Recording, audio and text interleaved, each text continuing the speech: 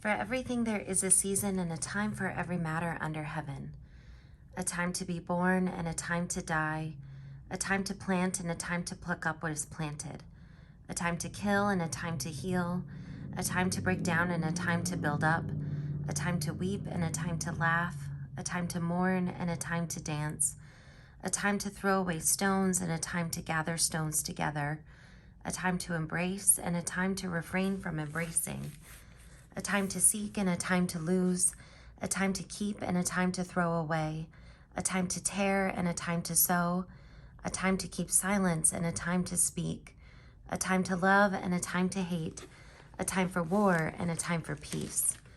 What gain have the workers from their toil?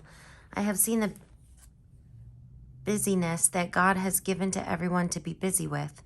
He has made everything suitable for its time. Moreover, he has put a sense of past and future into their minds, yet they cannot find out what God has done from the beginning to the end. I know that there is nothing better for them than to be happy and enjoy themselves as long as they live. Moreover, it is God's gift that all should eat and drink and take pleasure in all their toil. I know that whatever God does endures forever. Nothing can be added to it, nor anything taken from it. God has done this so that all should stand in awe before him. That which is already has been, that which is to be already is, and God seeks out what has gone by. Moreover, I saw under the sun that is in the place of justice, wickedness was there, and in the place of righteousness, wickedness was there as well. I said in my heart, God will judge the righteous and the wicked, for he has appointed a time for every matter and for every work. I said in my heart with regard to human beings that God is testing them to show that they are but animals. For the fate of humans and the fate of animals is the same. As one dies, so dies the other.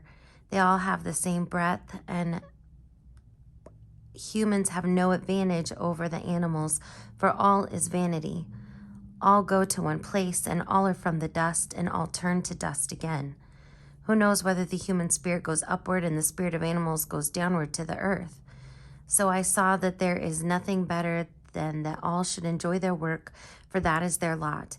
Who can bring them to see what will be after them? Again, I saw all the oppressions that are practiced under the sun.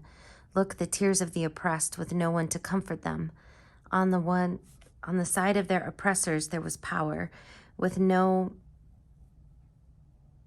one to comfort them. And I thought the dead, who have already died, more fortunate than the living who are still alive. But better than both is the one who has not yet been and has not seen the evil deeds that are done under the sun. Then I saw that all toil and all skill in work come from one person's envy of another. This also is vanity and a chasing after the wind. Fools fold their hands and consume their own flesh. Better is a handful with quiet than 2 handfuls with toil and a chasing after wind. Again, I saw vanity under the sun, the case of solitary individuals without sons or brothers, yet there is no end to all their toil, and their eyes are never satisfied with riches. For whom am I toiling, they ask, and depriving myself of pleasure? This also is vanity and an unhappy business. 2 are better than 1, because they have a good reward for their toil. For if they fall, one will lift up the other, but woe to one who is alone and falls and does not have another to help. Again, if 2 lie together, they keep warm, but how can one keep warm alone?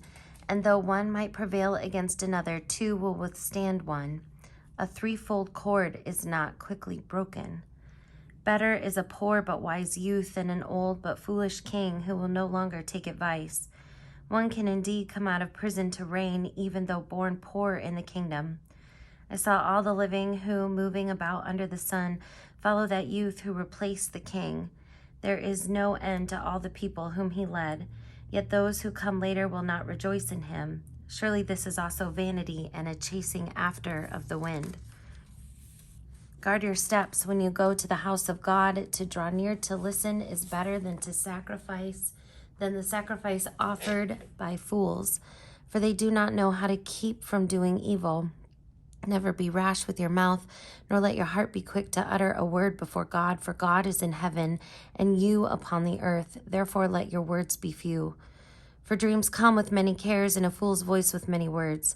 When you make a vow to God, do not delay in filling it, for he has no pleasure in fools. Fulfill what you vow. It is better that you should not vow than you should vow and not fulfill it. Do not let your mouth lead you into sin, and do not say before the messenger that it was a mistake. Why should God be angry at your words and destroy the work of your hands? With many dreams come vanities and a multitude of words, but fear God. If you see in a province the oppression of the poor and the violation of justice and right, do not be amazed at the matter, for the high official is watched by a higher, and there are yet higher ones over them. But all things considered, there is an advantage for a land, a king for a plowed field. The lover of money will not be satisfied with money, nor the lover of wealth with gain. This also is vanity. When goods increase, those who eat them increase, and what gain has their owner but to see them with his eyes? Sweet is the sleep of laborers, whether they eat little or much, but the surfeit of the rich will not let them sleep. There is a grievous ill that I have seen under the sun. Riches were kept by their owners to their hurt, and those riches were lost in a bad venture. Though they are parents of children, they have nothing in their hands. As they came from their mother's womb, so they shall go again, naked as they came. They shall take nothing for their toil, which they may carry away with their hands. This also is a grievous ill. They may carry just as they came, so shall they go, and what gain do they have from toiling for the wind? Besides, all their days they eat in darkness, in much vexation and sickness and resentment. This is what I have seen to be good. It is fitting to eat and drink and find enjoyment in all the toil with which one toils under the sun, and the few days of the life God gives us. For this is our lot. Likewise, all to whom God gives wealth and possessions, and whom he enables to enjoy them and to accept their lot and find enjoyment in their toil, this is the gift of God.